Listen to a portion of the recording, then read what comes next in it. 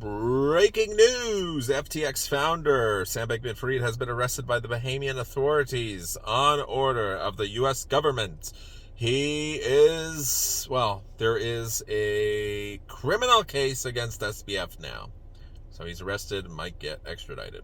Anyways, now to the video. Welcome everybody, my name is Michael, and today we're talking about interest rates going up again. Most likely on Wednesday, the Fed is planning another rate hike. This is going to be the 7th rate hike, and everything's going to be affected, mainly auto loans as well and mortgages. The Fed's projections may reflect that the likelihood of an economic downturn is increasing. It's not expected to start cutting interest rates until 2024 at the earliest, so it may be too late for the central bank to prevent a recession. And then when we go to CNBC, the U.S. central bank will likely approve a 0.5 percentage point hike, a more typical pace compared with the supersized 75 basis point moves at each of the last 4 meetings.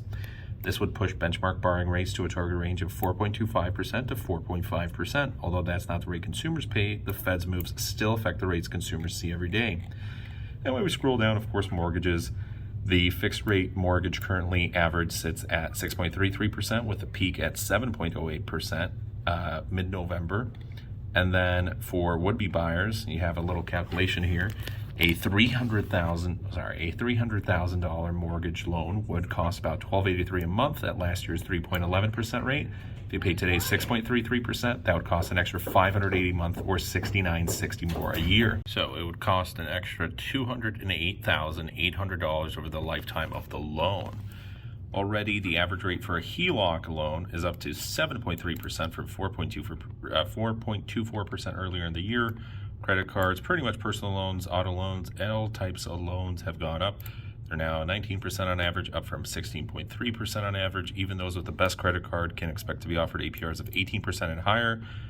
But rates aren't just going up on new cars. The rate you're paying on your current credit card is likely going up too. Auto loans, huge thing. Even though auto loans are fixed, payments are getting bigger because the price for all cars is rising, along with interest rates on new loans.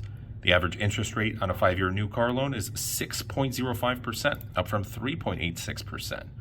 Although consumers with higher credit scores may be able to secure better loan terms, paying an annual percentage rate of 6.05% instead of 3.86% could cost consumers roughly $57.31 more in interest over the course of a $40,072-month car loan. Then you have student loans up at 4.99%, up from 3.73% last year and 2.75% in 2020 and 2021. Savings accounts are going up as well. They're currently up to 0.24% on average. So inflation being, multiple percentage points higher, you're definitely losing money. But hey, at least you're able to make a couple cents, right? In September, the Fed's consensus forecast called for GDP growth of 1.2% in 2023, an unemployment rate of 4.4%, and an increase in personal consumption expenditures, the Fed's preferred measure, or inflation of 2.8%. It seems likely that the Fed will cut its GDP target and raise its expectations for the jobless rate and consumer prices. Consumers are still spending, but for a time. People are still investing, but for a time. As interest rates keep going up and it's not helping inflation and the looming recession, what's going to happen is people eventually won't be able to afford it anymore. And we've already seen, at least with auto loans, people are freaking out over these interest rates. I mean, I would too. It's been all right, but it's getting worse and worse and worse and worse. And in 2023, there's going to be 3 more rate hikes or 4 or 5? I mean, it's going to get a lot worse. So your average auto loan for, at least where we work, for Infinity, for new cars, sometimes you have special interest rates of 4.99, whatever. And I'm sure that's inactive anymore and might go up. On average, you're seeing 5, 5.5, 6s, which again, that is going to go up for excellent credit. This is talking about people above 740, people at 750, 800, sometimes even above 800, 850. I had people in the 800s getting 8, 9, even 10% on pre-owned vehicles, but the market is getting worse. And we're not sure what's going to happen in 2023 if interest rates aren't going to start falling up until 2024. So overall, everything that's happening is crazy. It's ludicrous, but interest rates are going to keep skyrocketing and people won't be able to afford anything and the economy is falling apart. And it overall makes me worried. Oh man, I'm very excited about this one. We have a trade-in Defender 23 with 700 miles to it. And I know that there is, whoa, check that out by the way. And I know that there is a common theme amongst Land Rovers and Range Rovers that they're unreliable, but they're very plush. This one goes for a different look. It's inspired by the old Defender. Look at those bolts. Look at this design. I mean, this is rugged. I like it. Industrial, thick mats. Plush leather though. That's kind of interesting. It's a little funky. Reminds me of the new Range Rover. Let's take a spin.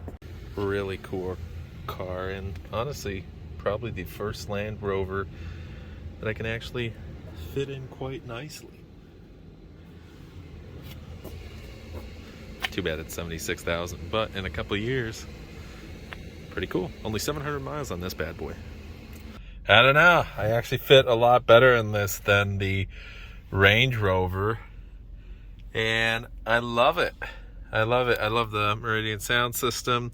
I am not a big fan of, I'm not sure what this is. I'm guessing some sensors because it looks like this giant mirror. I'm not a big fan of the lights. I wish there was more, but I love the look. I love the fact that I fit better. It's still a tight fit, but fit better than a Range. I mean, this just goes in line with the theme of rugged. And some people will say it's extremely overpriced that you don't even have normal seat functions. I mean, how do you move it? It's just the traditional here. But look at the way the steering wheel is designed. I love that. I love that rugged look. Looks great. And just the look of it. I mean, it is so boxy, but so stylish at the same time. I mean, I love it. I prefer the extended version. Man, I love the way it looks from the back. Anyways, just wanted to show you guys, and thanks for watching. You have a good rest of your night.